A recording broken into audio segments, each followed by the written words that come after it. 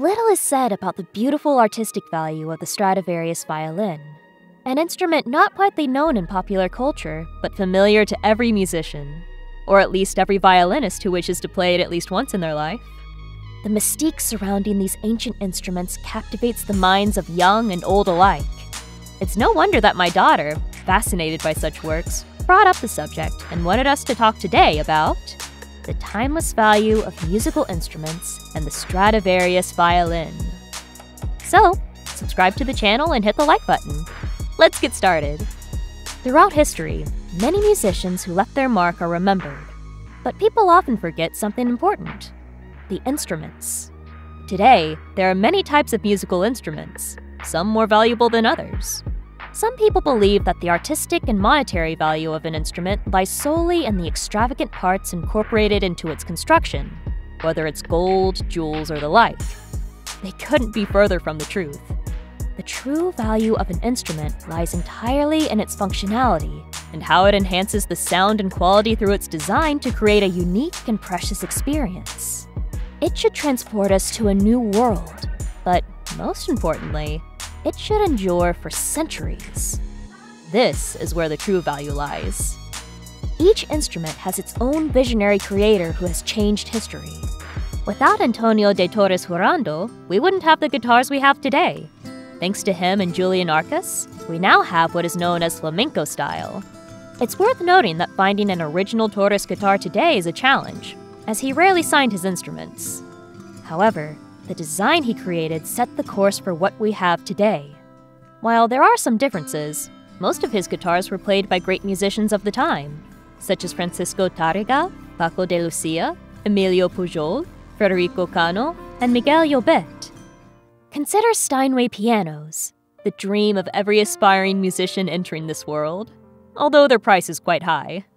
This is mainly due to their technological revolution and all that comes with it. Steinweg, one of the creators, started making them when he was young.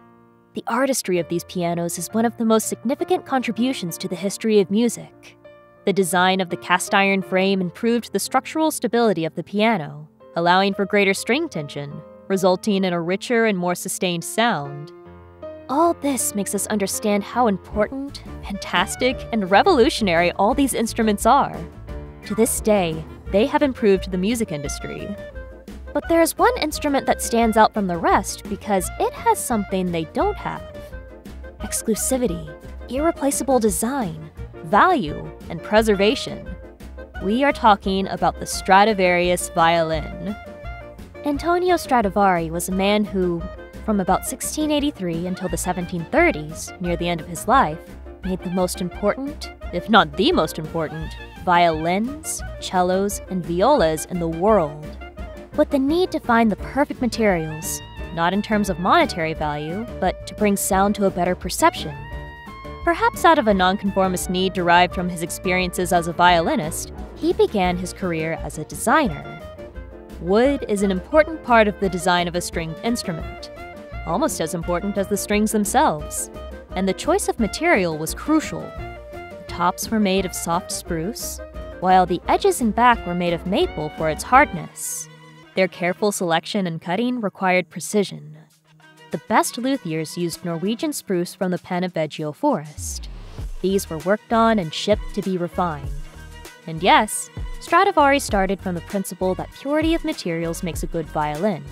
But it's not about what, it's about how. The delicacy with which he cut, refined, and assembled his instruments was sacred.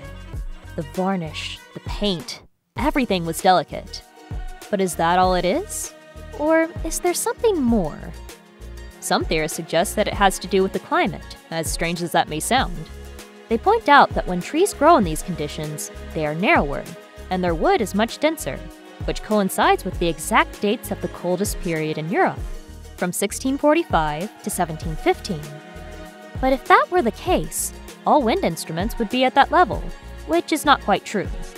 What occupies contemporary researchers and luthiers most is that, despite all the techniques they have discovered, they are still unable to reproduce that level of sound, that purity in the wail of their instruments, that way in making the violins feel.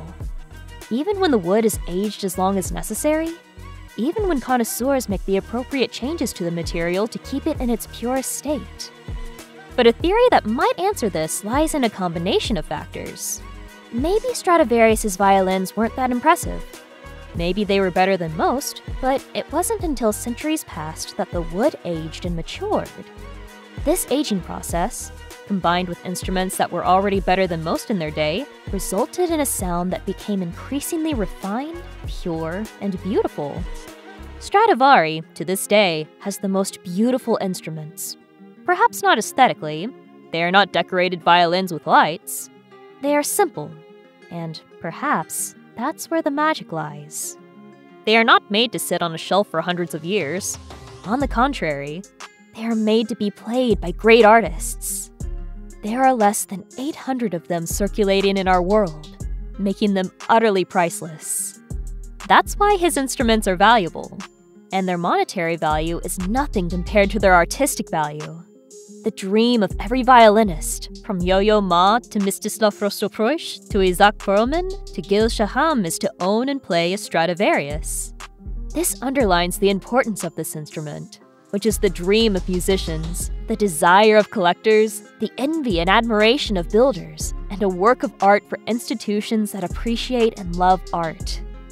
With this refined conclusion, we end our exploration into the fascinating world of art, design, and music, and how they converge to become a unity in itself.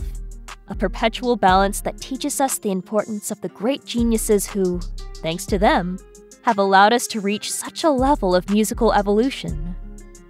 Thank you for joining us today to review the Stradivarius violin, that has, to this day, the most beautiful instruments. If you enjoyed it, share your thoughts in the comments below, hit the like button, and be sure to subscribe for more insights into the world of architecture.